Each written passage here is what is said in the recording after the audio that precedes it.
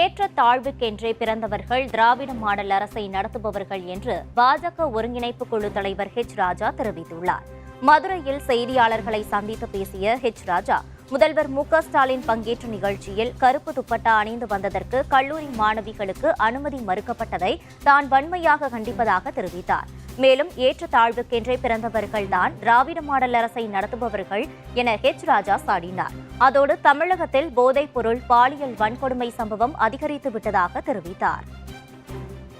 நீங்க கூட இருக்கிற அதிகாரிய எரும மாடு என்ன சார், நீ எஸ்சி தானே அப்படின்னு ஒருத்தர் பேசினார். யாரு? இந்த கிராவல் திருடன்.